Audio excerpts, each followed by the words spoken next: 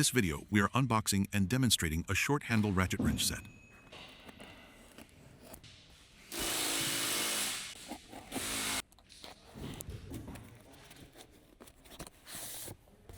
This is the short-handle ratchet wrench set. Its main function is efficient and labor-saving removal of bolts and nuts. Solves the issue of limited working space.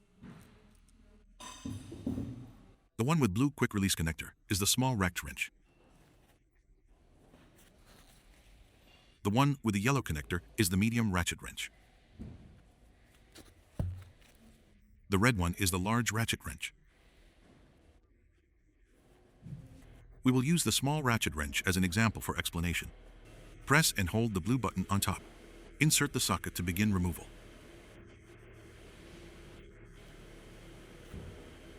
When the selector pointer on top points to the right, the ratchet head rotates clockwise. Move the pointer. When the pointer points to the left, it rotates counterclockwise.